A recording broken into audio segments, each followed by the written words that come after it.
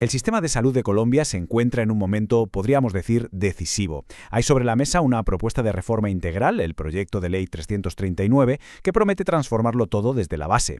Pero la gran pregunta ¿es este el cambio que realmente necesita el país? Bueno, pues hoy vamos a meternos de lleno en un análisis académico muy riguroso para entenderlo bien a fondo.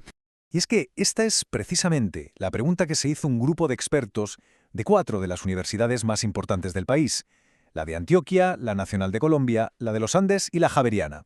Su objetivo era muy claro: ofrecer un análisis totalmente imparcial y basado en la evidencia. Así que todo lo que vamos a comentar aquí se basa en las conclusiones de ese seminario de expertos. Esto es importante porque nos garantiza una perspectiva que está alejada de la polarización política, centrada únicamente en los datos, en el análisis técnico de un proyecto de ley que tiene, ojo, 152 artículos. Vale, esta va a ser nuestra hoja de ruta. Primero, vamos a sentar las bases del debate. Luego, nos metemos de lleno a analizar la propuesta a través de 5 pilares que son clave. Escucharemos también qué dice el gobierno y al final, pues juntaremos todas las piezas para ver qué conclusiones podemos sacar de todo esto. Antes de entrar en los detalles, es fundamental que entendamos el marco que establecieron los expertos. Plantearon 2 cuestiones que son, digamos, la base de todo el debate sobre esta reforma. A ver, lo primero es esa idea de construir sobre lo construido. Como dice la experta Tatiana Andia, aunque el gobierno lo menciona mucho, en realidad no hay un acuerdo claro sobre qué es lo que funciona bien del sistema actual y hay que proteger a toda costa. El segundo punto es más jurídico. ¿Esta reforma cambia el derecho fundamental a la salud? La conclusión de los expertos es que, en su mayoría, es una ley ordinaria que ajusta cómo funcionan las cosas, aunque, eso sí, hay algunos artículos que tocan ese núcleo fundamental del derecho. Y esta cita de Tatiana Andia es clave para poner en perspectiva eso de que el sistema está en una crisis total. Porque, a ver, si comparamos a Colombia con otros países de ingresos parecidos, sus indicadores de salud son bastante buenos. Esto, claro, no significa que no haya problemas, pero sí que hay una base sólida que sería muy arriesgado tirar por la borda. Y ahora sí, entramos en el corazón del análisis. Los expertos cogieron la ley, la dividieron en 5 grandes áreas y usaron un sistema de semáforo que es muy fácil de entender. Verde para lo que ven bien, amarillo para lo que necesita mejoras y rojo para las propuestas que consideran directamente inconvenientes o inviables.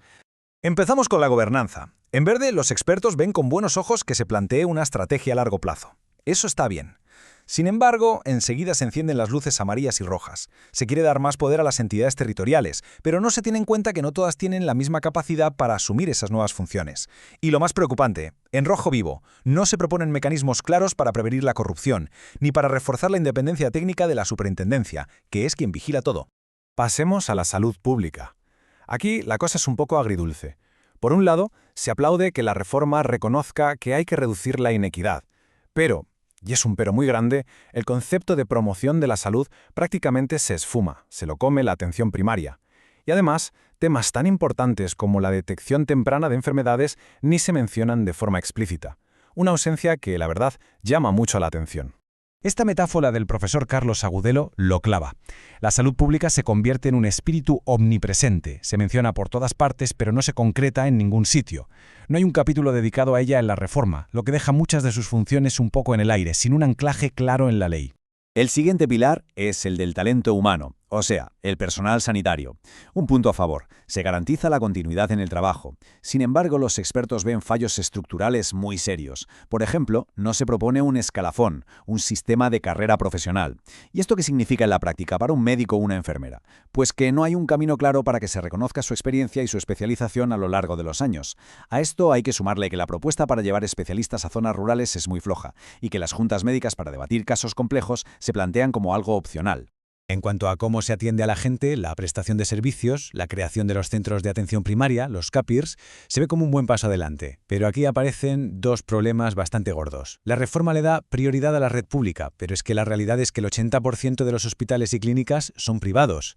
Y luego, la idea de una tarifa única para pagar los servicios en todo el país es muy preocupante, porque ignora por completo que los costes no son los mismos en todas las regiones, ni de lejos.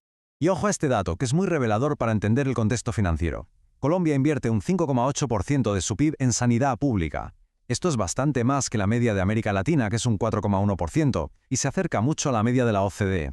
Así que el problema quizás no es tanto de falta de dinero, sino de cómo se gestiona ese dinero. Y esto nos lleva directos al último pilar, la financiación.